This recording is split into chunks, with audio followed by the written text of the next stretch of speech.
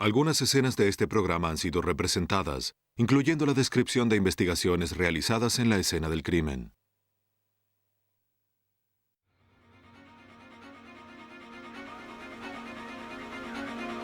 El hallazgo de un auto abandonado en las afueras de Filadelfia causa angustia a una familia y terror a una comunidad. Una mujer fue asesinada y su asesino sigue libre. Pero sus rastros permanecen. ¡Chris! En el sur de Chicago hay otro misterio. Un niño ha desaparecido. La búsqueda es frenética y las pistas son alarmantes. Los investigadores tratan de hallar al niño y a su secuestrador. Cuando las víctimas son jóvenes, el crimen es desconsolador. Y cuando no es la primera vez para un criminal, se trata de un giro cruel del destino. Las autoridades están dispuestas a resolver estos casos y a atrapar a quienes tienen la intención de matar.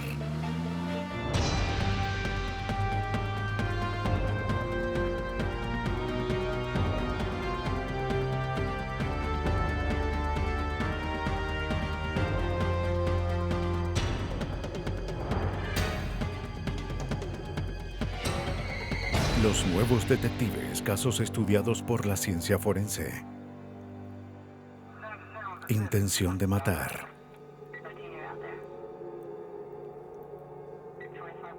Cerca de las 2 de la mañana del 20 de junio de 1996, un conductor de ambulancia observó un auto abandonado.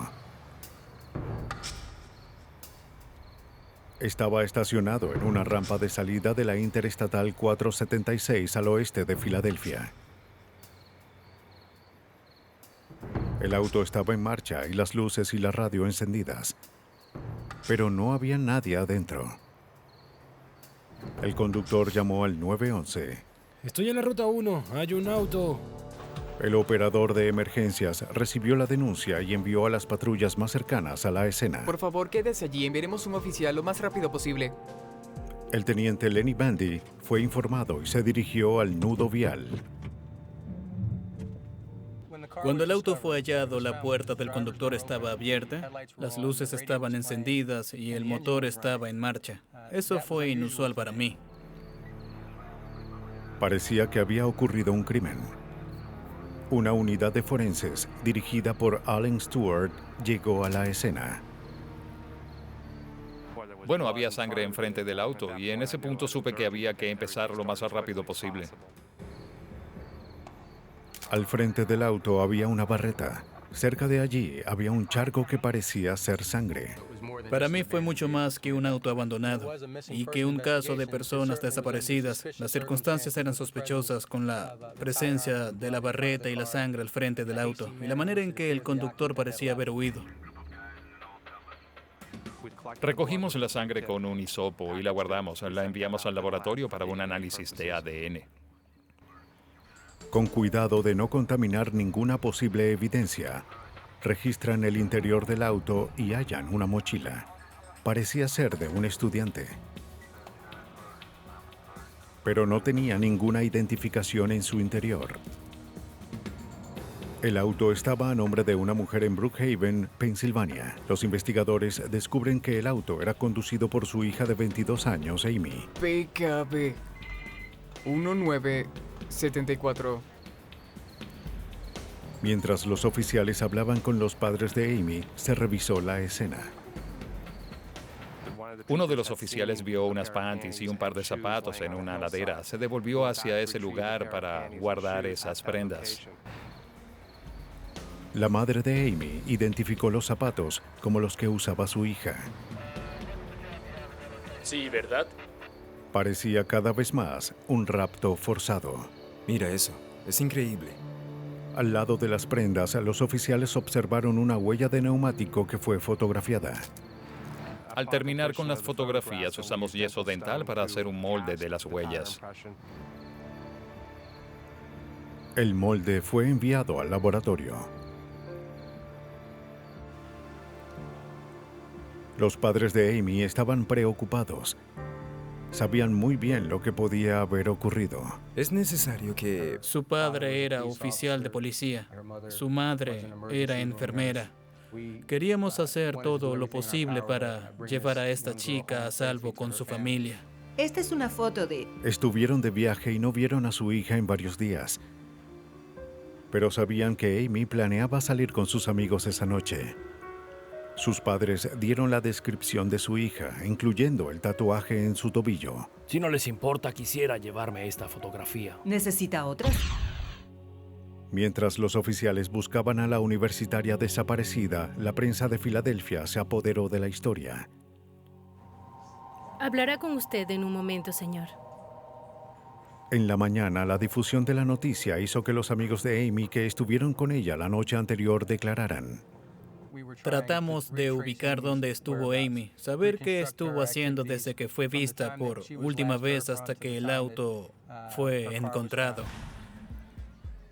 Todos sus amigos dijeron la misma historia. Era una reunión improvisada de amigos de la secundaria. Lo sé, lo sé. Hablaron por varias horas poniéndose al día. Dijeron que cuando Amy se fue del bar cerca de la 1:30 de la mañana estaba sola. ¿Qué le pasa? Oye, no lo sé. James. Nadie la vio ni oyó de ella desde entonces. También tenía una chaqueta de Jim. ¿Puede decirme qué ocurrió? En la división criminal del condado de Delaware, los detectives Greg Seltzers y Charles List se sorprendieron al saber que la hija de su amigo estaba desaparecida. Conozco a Paul desde hace años. Conozco a la madre de Amy. Queríamos hacer todo lo que pudiéramos para ayudar. El detective Seltzer contactó a su superior, quien de inmediato los colocó en el caso. Hablé con el capitán, quien era el jefe de detectives del condado, y le expliqué que la hija de un oficial estaba desaparecida. Mientras equipos de búsqueda trataban de encontrar a Amy, otro equipo se reunió en la estación para organizar una intensa investigación. Usamos lo que se conoce como victimología. Queríamos averiguar sobre el comportamiento y los patrones de conducta de Amy. Descubrimos que era una joven normal. Amy Wheeler era una atleta estelar en la Universidad George Mason. Era una estudiante responsable que acudía a clases de verano. No tenía vínculos con nada ni nadie peligroso. A las 5 de la tarde, habían pasado 15 horas sin señales de la joven. Mientras estábamos en la reunión, recibieron una llamada diciendo que encontraron un cuerpo que coincidía con la descripción de Amy. Unos niños habían hallado un cuerpo desnudo esa tarde en un área remota al norte de Filadelfia. Estaba a 40 kilómetros del auto de Amy. No había un bolso ni prendas de vestir cerca del cuerpo, pero todos sabían quién era. Es Amy. Las características físicas, el tamaño, la altura y peso eran congruentes con la descripción que nos dio la familia de Amy. En especial porque había un tatuaje en su tobillo que era idéntico al tatuaje que tenía Amy. Encontrar a Amy de esta forma fue difícil para todos los involucrados.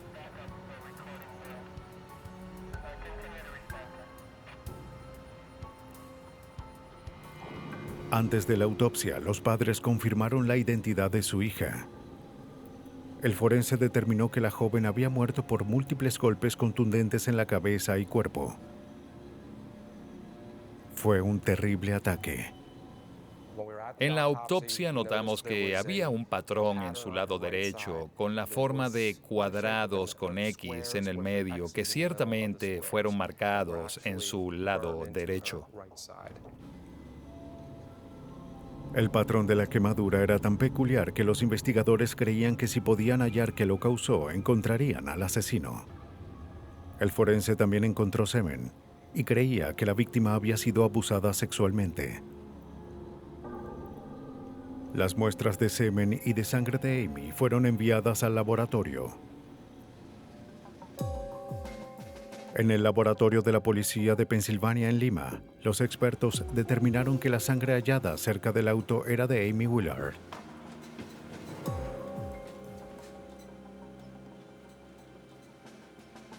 También se analizó el fluido seminal extraído de la víctima. Usando la técnica conocida como PCR, los investigadores hicieron millones de copias de una cadena de ADN hasta que fue lo suficientemente larga para descifrar. Al hacerlo, podrían crear el perfil genético de un posible atacante. Pero no consiguieron resultados en las bases de datos de ADN, pero según el asistente del fiscal de Delaware, Dan McDavid, seguían siendo evidencia crucial. Teníamos el perfil genético del asesino, solo no teníamos el nombre de la persona con ese perfil. También creían tener la impresión de su auto. El teniente Dennis Luce, jefe de entrenamiento y apoyo técnico en el laboratorio, examinó el molde. Las huellas que buscábamos eran de un neumático con 4 marcas y 5 elevaciones. Cuando buscamos en la base de datos, solo buscamos llantas que tuviesen ese número de marcas. Determinamos entonces con la base de datos que era un neumático Firestone FR440. Aunque era un neumático común, sería útil para encontrar o descartar a un sospechoso. Los investigadores también debían examinar las quemaduras en el cuerpo de la víctima. Creíamos que si encontrábamos el origen de esas lesiones, sabríamos quién era el asesino.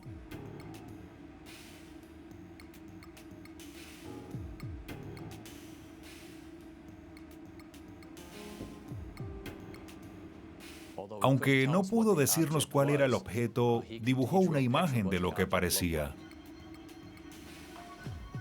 El equipo de investigadores tenía muchísima evidencia. Tenían el patrón de la quemadura, la huella del neumático y el perfil genético del asesino. Pero no sabían quién era. Saber por qué Amy detendría su auto quizás ayudaría a identificar al asesino. No tenemos idea. Sus padres nos aseguraron que ella solo se detendría si un oficial se lo hubiese ordenado. Un falso policía. Era una posibilidad escalofriante, pero creíble. Mientras pasaban los días y no se hallaban pistas sólidas, los investigadores se frustraban. La identidad del culpable era un enigma. Era una aguja en un pajar. Un cruel asesino le había quitado la vida a una joven muy apreciada, la hija de un policía y una enfermera, una de los suyos. Y los investigadores del condado de Delaware no se rendirían hasta encontrarlo.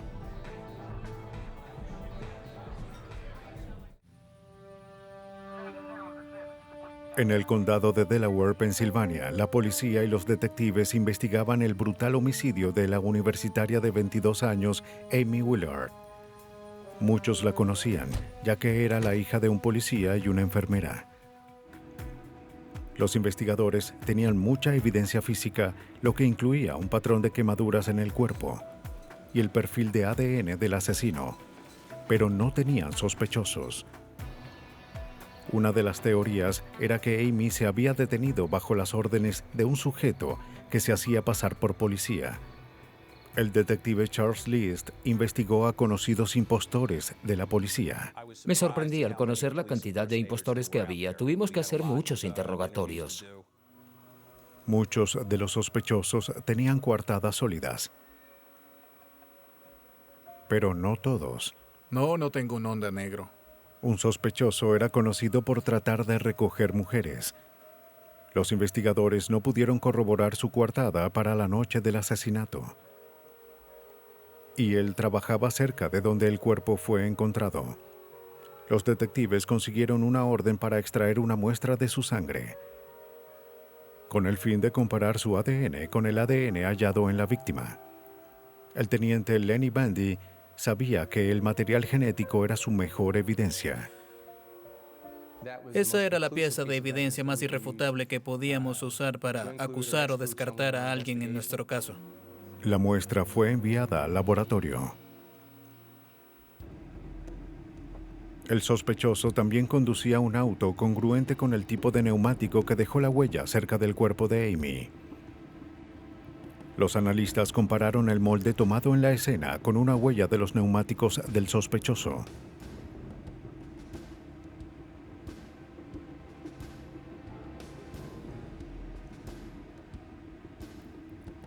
Pero no coincidieron. Los expertos en ADN obtuvieron resultados similares. No había coincidencia. El sospechoso fue liberado. Hubo muchísimas llamadas hechas por el público. Al principio estábamos abrumados. A pesar de corroborar cada indicio, no obtuvieron resultados.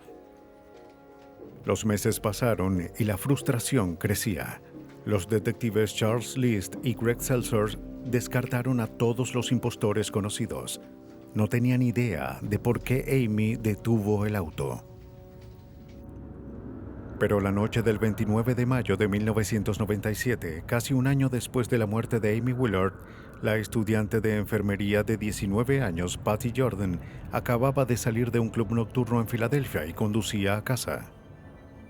Observé un auto que venía detrás de mí y que sus luces destellaban tras de mí. Así que me mantuve mirándolo y cambié de canal y también lo hizo. Lo hice de nuevo y él también. Aceleraba y él lo hacía. Frenaba y él también lo hacía. Como hija de un oficial de policía de Filadelfia, Patty sabía que debía encontrar a su padre. Pensé, me voy a la segunda comisaría. Ese es el distrito policial de mi zona y allí me detendré y llamaré a mi papá. Fuera de la interestatal, se detuvo en un semáforo. Y allí fue cuando se acercó lentamente detrás de mí. Podía verlo, vi sus luces y pensé, este sujeto chocará mi auto. Y allí fue cuando lo hizo. Y en ese momento pensé, ¿qué está haciendo este sujeto? Siguió chocándome y retrocediendo, solo para hacerlo otra vez. Estaba furiosa y asustada. Pero Patty Jordan no bajaría del auto. Allí pensé, anotaré el número de su placa, voy a decirle a mi papá. Luego el sujeto giró y se marchó, pero Patty pudo obtener la placa. Lo repetí en mi mente una y otra vez y al llegar a casa y ver a mi hermano, corrí a la cocina y la anoté. El sargento James Jordan es el padre de Patty. El asesinato de Amy Willard estuvo en las noticias, así que investigué en el Centro de Información de Crímenes y conseguí el nombre de Arthur Bomar y observé que el auto a su nombre era un Ford Escort. Pero Patty dijo que el sujeto conducía un Honda. El sargento Jordan también descubrió que Arthur Bomar había sido arrestado por asesinato y violó su libertad condicional en Nevada. Y mientras más pensaba en eso y en lo que le ocurrió a mi hija, supe que debía llamar a la policía de Delaware. Los detectives Seltzer y Charlie List hablaron con mi hija y pude ver la mirada en su rostro. Nunca olvidaré la mirada de ellos mientras escuchaban a Patty describir lo que había ocurrido esa noche. La descripción que hizo Patty del conductor coincidía con la de Arthur Bomar. ¿Puede decirnos qué ocurrió? Aunque la placa estaba registrada a un Ford Escort, Patty aseguró que era un Honda de color oscuro. Era 95, supe que debía... El sospechoso pudo haber cambiado de placa. Era la mejor pista hasta ahora. Era negro ahora. Y tenía... Reabrió el caso, lo reabrió. Antes no sabía nada. No puedo describir cuán importante fue que ella anotara el número de placa y nos dijera. Teníamos muchas ganas de hablar con el señor Bomar.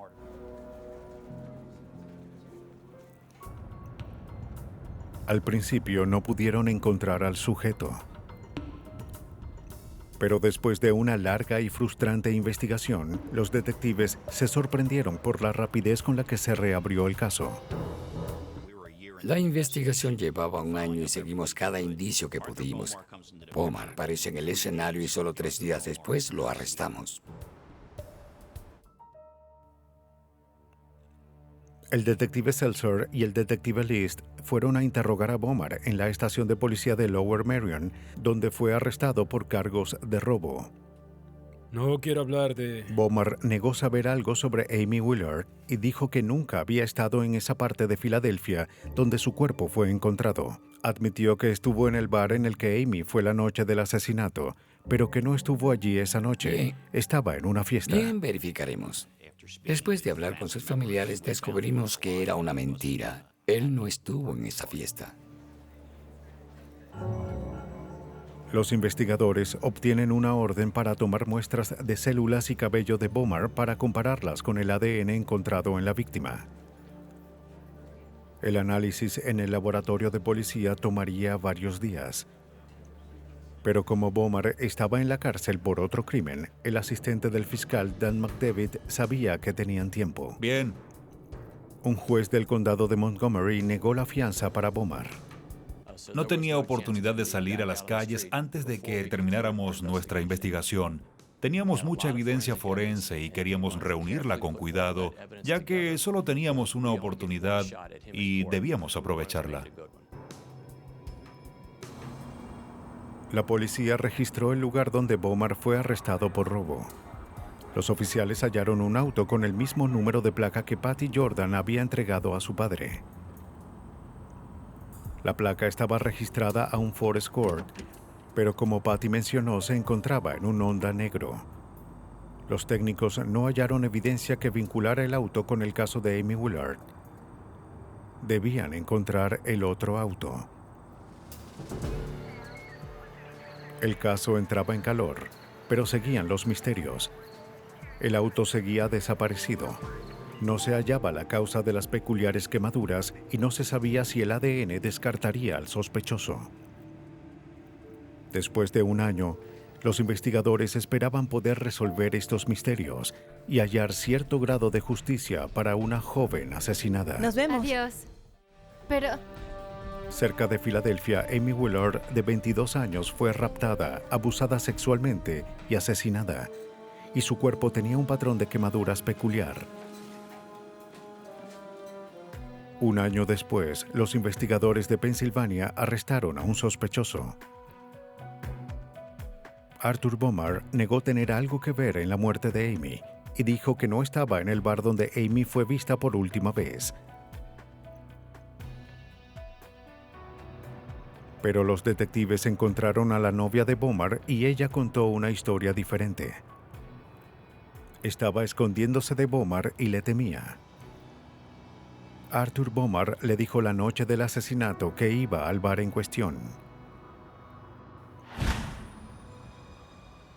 Bomar le confesó a su novia que él vio que Amy Willard salía del bar y la siguió. La obligó a estacionarse, aunque su novia no sabía cómo lo hizo. Bomar dijo que golpeó a Amy hasta dejarla inconsciente y luego la llevó a Filadelfia, donde la violó y asesinó. La novia de Bomar dijo que él condujo su Ford Escort esa noche. La declaración de la joven fue un indicio crucial, pero se necesitaban pruebas para respaldarla en un tribunal. Los detectives de Delaware, Charles List y Greg Seltzer, creían que la clave estaba en el Ford Escort de Bomar. Su vehículo era muy importante ya que Amy estuvo en ese auto. Por supuesto, fuimos a una compañía de seguros y supimos que tuvo un accidente poco después del rapto de Amy. Los detectives descubren que el auto fue remolcado a un lote de vehículos. Obtuvimos una orden de registro. Esperábamos encontrar sangre, cabellos o fibras que vincularan a Amy Willard con Arthur Bomar. Cuando la grúa levantó el auto, los investigadores se sorprenden. El cárter de aceite tenía un diseño similar. Creían que era el objeto que quemó el cuerpo de Amy. En el garaje de la estación, los forenses fotografían el auto. ¿Qué es eso? En el panel de la puerta del pasajero encontraron lo que parecía sangre seca. La llevaremos al laboratorio. Quitaron el cárter de aceite a fin de compararlo con las fotos de las quemaduras en el cuerpo de la víctima. Sí, así es.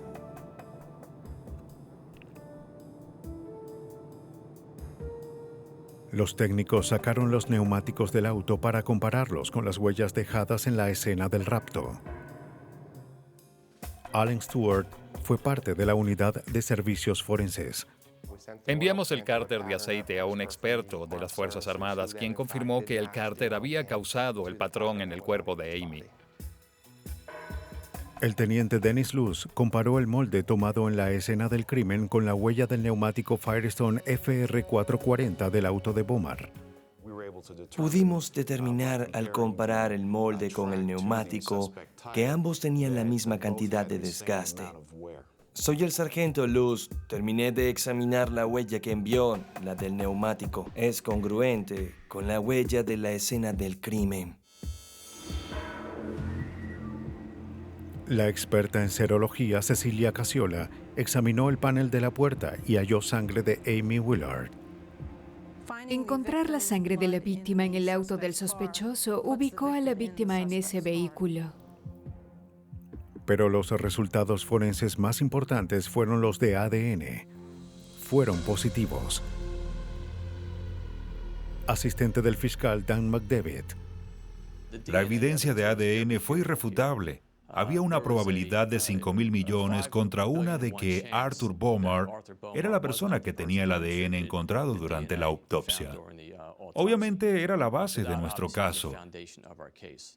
Además, pudimos vincular el auto que condujo con las heridas en el cuerpo de Amy. La sangre de Amy fue hallada en el panel de una puerta. Los neumáticos del auto de Bomar dejaron huellas visibles en la escena del rapto. Fue suficiente para convencer al jurado. El 1 de octubre de 1998, Arthur Bomar fue hallado culpable de asesinato, violación y secuestro. Fue sentenciado a muerte.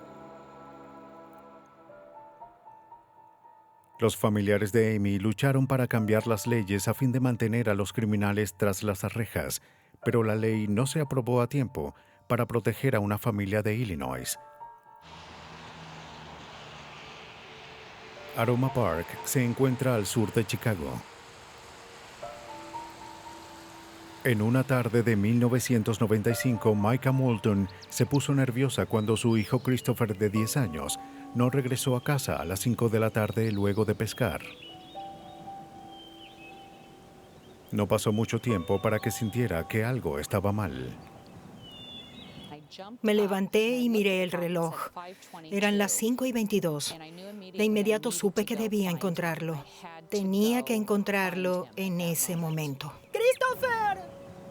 Micah dejó a sus otros hijos en casa por si Christopher regresaba y fue a la rampa para botes de Aroma Park en el río Kankakee, donde Christopher solía pescar. ¡Christopher! ¡Christopher! Recorrí el lugar. Lo llamé, empecé a gritar su nombre. ¡Christopher! Más de una hora después, Micah llamó al departamento del alguacil de Kankakee. El ayudante del alguacil, Brad O'Keefe, se preocupó al saber el lugar donde el niño estaba. Con la rapidez de ese río hay muchos ahogamientos, muchos caen y desaparecen, por eso es tan peligroso. Rich, ve al club de botes Aroma Park, hay un niño desaparecido. Micah le contó al agente Rich Burns sobre Christopher. Ella había preguntado a todos sus amigos. Ninguno lo vio después de las 4:30 en la rampa para botes. Se suponía que estaba pescando. Era inusual que él hiciera eso, que no regresara a casa a tiempo. Sabíamos que había que moverse, había que comenzar la búsqueda. Christopher Meyer. ¿Cuántos años tiene? Tiene 10 años. Y dije, bien, iré a buscarlo en el bosque. Y él me dijo, espera, guarda un momento. E hizo un par de llamadas y lo siguiente que recuerdo es que había perros de búsqueda y equipos y que los bomberos estaban allí. No sabíamos si se había caído en el río o si se había ido o si simplemente estaba perdido. De inmediato utilizaron cada recurso para la búsqueda. Todas las agencias locales enviaron oficiales. Estaban los departamentos de bomberos de Aroma Park y Kankakee. Usaron botes para realizar la búsqueda. Cuando las noticias se difundieron, muchos habitantes vinieron y colaboraron. Un niño de 10 años, mide 1,47 m, rubio, ojos azules. Informaron a los equipos de búsqueda sobre la descripción de Christopher, su ropa y su bicicleta. Es solo búsqueda, iremos hacia allá. Los voluntarios no podían tocar nada que encontraran. No sabemos qué ocurrió. Toda la evidencia debía ser guardada por técnicos entrenados. Si hayan algo, llamen al detective Bertrand. Lo fotografiaremos y guardaremos como evidencia.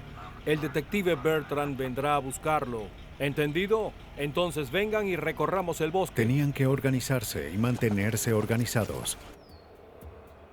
Tengo un asistente en el centro de control que tiene un registro de dónde está cada quien y quién busca qué. Los bomberos buscaron en el agua y en las orillas del río. Los perros de búsqueda trataron de olfatear al niño. Todos esperaban encontrar a Christopher con rapidez.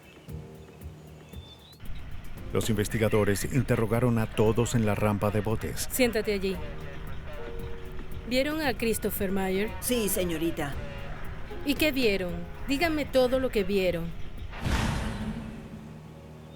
2 niños dijeron que vieron a Chris con un hombre esa tarde, según la funcionaria del condado Joe Mulcahy. El sujeto tenía una caja de pesca. En la caja había algunos anzuelos que no eran apropiados para este lugar. Eran para peces de agua salada y el hombre les dijo que provenía de esta área, pero había regresado de Florida. Los niños dijeron que había un cuchillo para filetear en la caja. Vieron a Christopher marcharse de la orilla del río con el sujeto. Christopher se fue con él. Solo pudieron dar una descripción vaga de él, un hombre alto, caucásico, con bigote. Tenía un montón de cosas geniales. En ese momento nos preocupó que hubiese ocurrido un rapto. Nadie durmió. Los detectives estuvieron recibiendo llamadas toda la noche. La gente buscaba en el bosque. Revisamos ese bosque 20 veces esperando encontrar algo. Pero esa noche no lo hicieron. Las estaciones locales de noticias difundieron la descripción de Christopher y del sujeto desconocido y pidieron más ayuda. En el centro de operación de emergencias, los oficiales y voluntarios atendieron llamadas. Muchas personas llamaban para sugerir que se investigara a ciertas personas.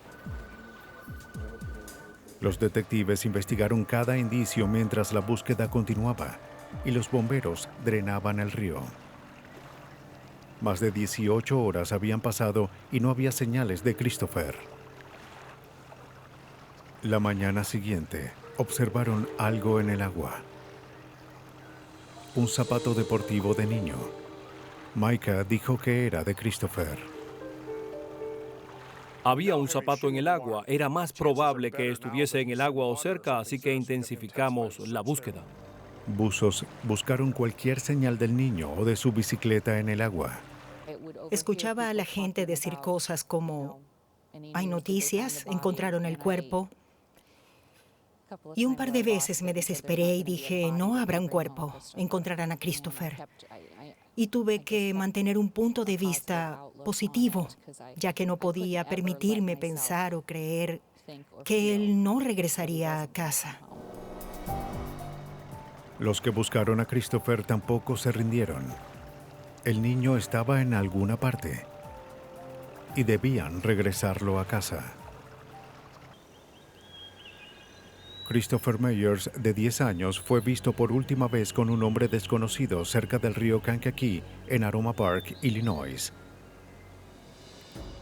¡Christopher! Los investigadores no sabían si Christopher había sido raptado o si cayó en el río donde encontraron uno de sus zapatos. Micah Moulton es la madre de Christopher. Sentí que todo estaría bien y que pronto me despertaría, que todo esto era una pesadilla. Pero no estaba soñando. Encontré algo aquí. El segundo día, un equipo de búsqueda encontró algo. La bicicleta de Christopher. Parecía que alguien había llevado la bicicleta a lo profundo del bosque y trató de ocultarla, según el ayudante del alguacil Brad O'Keefe. Fue algo mucho más grave. Ya no buscábamos a un niño perdido, tampoco buscábamos a un niño que se había ahogado. Ahora lo sabían. Alguien se había llevado a Christopher. Varios testigos dijeron que vieron a Christopher con un hombre caucásico que tenía una pequeña barba. Dijeron que el hombre se detuvo en la maleta abierta de un sedán gris de 4 puertas que tenía cañas de pescar en su interior. Una barba. Tenía un cuchillo para filetear en una caja de cuero. Algunos testigos trabajaron con un dibujante de la policía para crear un boceto del hombre. Los investigadores difundieron el boceto por los medios. Cuando se difundió, todos tenían teorías, así que recibimos todo tipo de indicios y pistas de quién pudo ser. Los oficiales siguieron todos los indicios dados por el público. Les llevamos el boceto y les pedimos que lo miraran e identificaran. Sí, es vos. Un nombre surgió más que los otros: Timothy Boss. ¿Cuándo fue la última vez que lo vio? Como era nueva en la comunidad, Micah Moulton no lo conocía. Recuerdo que alguien vino y me dijo, ¿Timothy Boss? No puedo creer que esté libre. Seguían diciendo eso y dije, ¿quién es Timothy Boss? ¿Quién es ese Tim Boss? ¿Quién es? Y nadie quería decirme. Todos los investigadores conocían a Boss. En 1981, Timothy Boss había raptado y asesinado a una niña de 5 años en Bradley, Illinois. Fue hallado culpable y sentenciado a 25 años, pero recibió libertad condicional. El teniente Larry Osenga de la Unidad de Crímenes Violentos de la Policía de Kankakee ofreció la ayuda de su equipo. Ellos investigaron dónde Boss residía. Todos los residentes nos dijeron que estaba en la comunidad. La policía de Kankakee descubrió que Boss ahora vivía en Joliet, Illinois, un suburbio al oeste de Chicago. El teniente Osenga llamó a la policía de Joliet. La comunidad.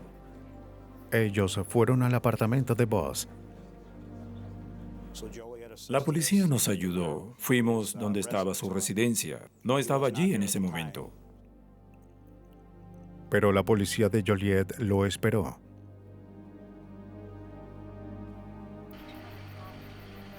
La búsqueda en Aroma Park continuó durante otra terrible noche.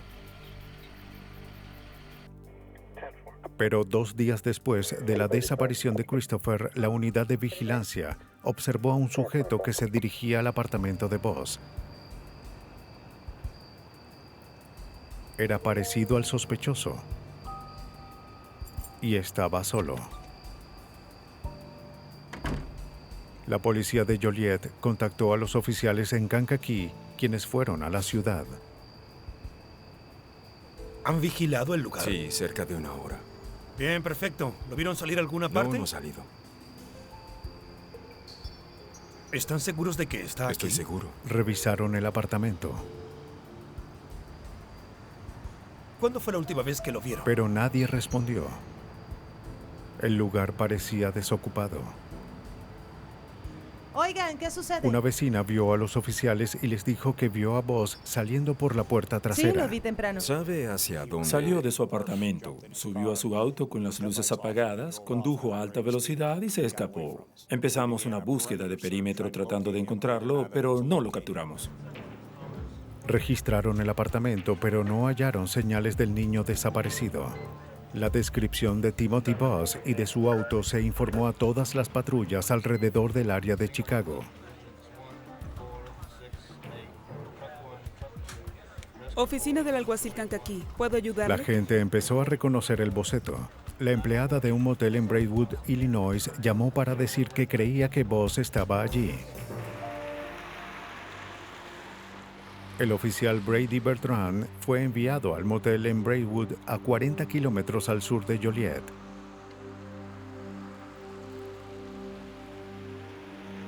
Cerca de las 8 a.m., Boss salió del hotel y fue directamente al contenedor en el estacionamiento del hotel. Lanzó un par de botas en el contenedor. El oficial Bertrand pidió refuerzos. Voy a seguirlo. Necesito que alguien venga y retire las botas del contenedor. Luego siguió al sospechoso. Al principio tomó la 55 al norte, que lleva a la ciudad de Chicago, pero terminó girando un poco después hacia la ruta de Wilmington y se estacionó cerca del río para hablar con unos pescadores. El oficial Bertrand esperó que llegaran los refuerzos. 10-4, me quedaré hasta que lleguen.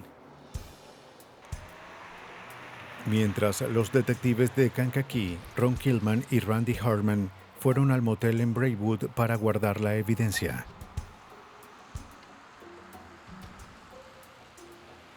Conseguimos las botas. No sabíamos qué tipo de conexión tendría esta evidencia, pero las colocó allí por una razón.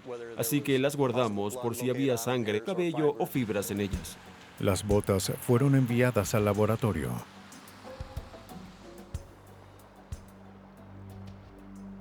Los oficiales de Kankakee esperaban que Boss confesara. Sí.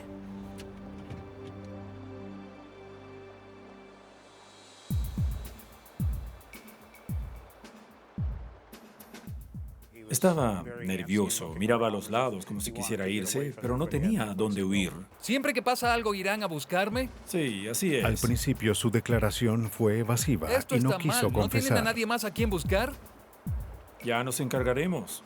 Pero luego accedió a ir al departamento del alguacil de Kankakee para ser interrogado.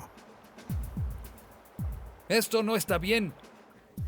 En la estación, Boss negó saber nada sobre Christopher Mayer.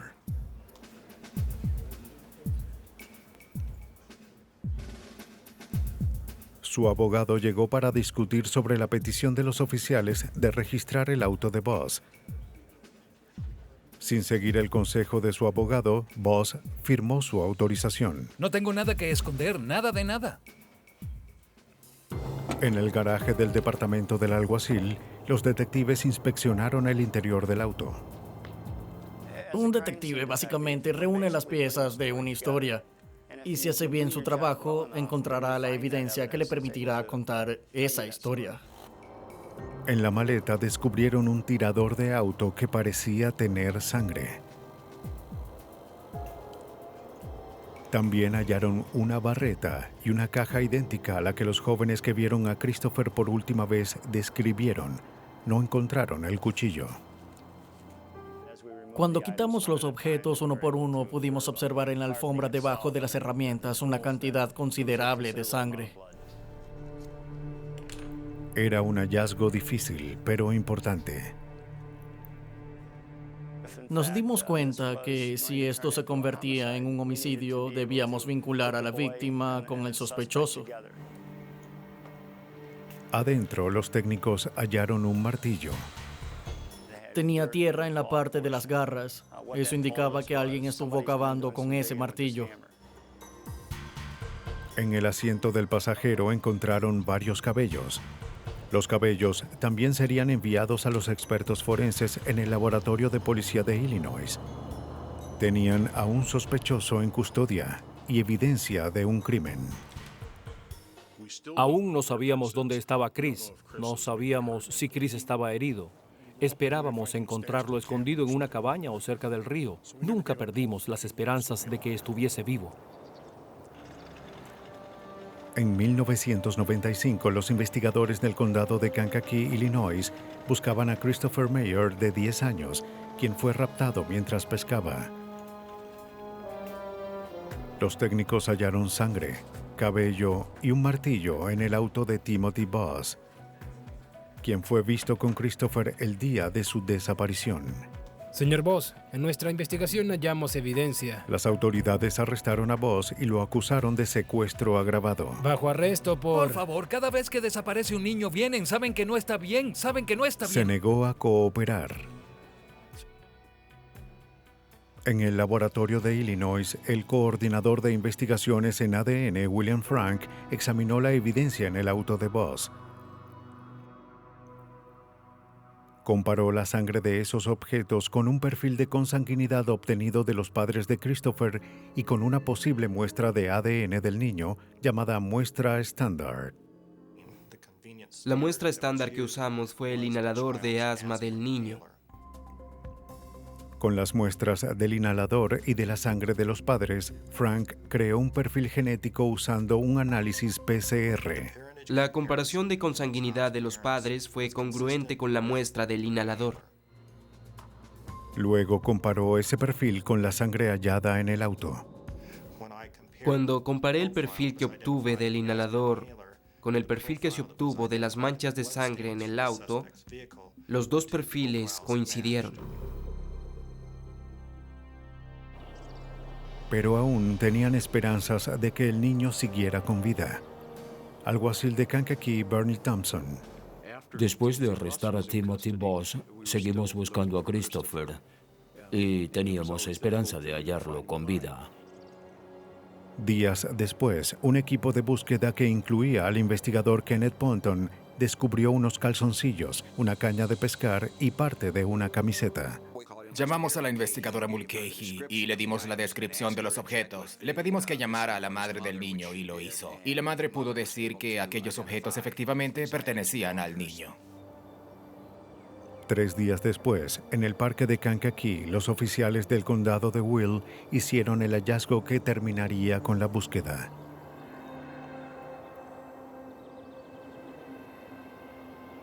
Debajo de una tabla parcialmente enterrada estaba el cuerpo de un niño. Había sido apuñalado más de 50 veces con un cuchillo. Era Christopher.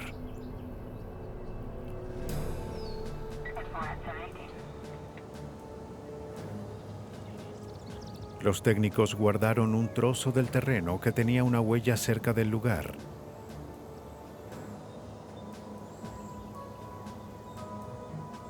También tomaron muestras del suelo.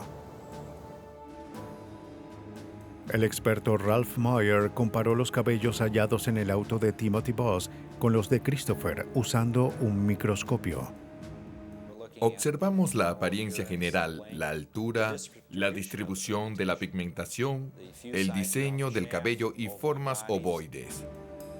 Los cabellos eran microscópicamente idénticos en cada aspecto. El geólogo Ken Knight examinó las muestras tomadas del lugar y de la tierra encontrada en el martillo. Tratamos de determinar si la muestra conocida y la que encontramos eran idénticas, si tenían los mismos cristales o minerales, el mismo color, los mismos ángulos entre las partículas y el mismo tipo de material botánico. De nuevo coincidieron. El hecho de que la muestra del martillo era congruente con las diferentes muestras del suelo de la escena indican que el martillo fue usado para cavar en el lugar. En ese terreno había una huella parcial de una bota. El forense Robert Hunton comparó las botas que Boss lanzó en el contenedor con esa huella. Hice un molde de esta parte en particular de la bota que tenía un diseño similar a la huella en el terreno. Comparé ambas. Pude determinar que esa huella pudo haber sido hecha con esa bota, con la bota derecha. Los investigadores obtuvieron pruebas más irrefutables en el laboratorio.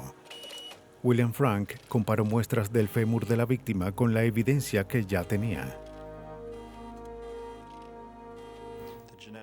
El perfil genético del fémur coincidía con el perfil genético en el inhalador del niño y con las manchas de sangre encontradas en la maleta del auto del sospechoso.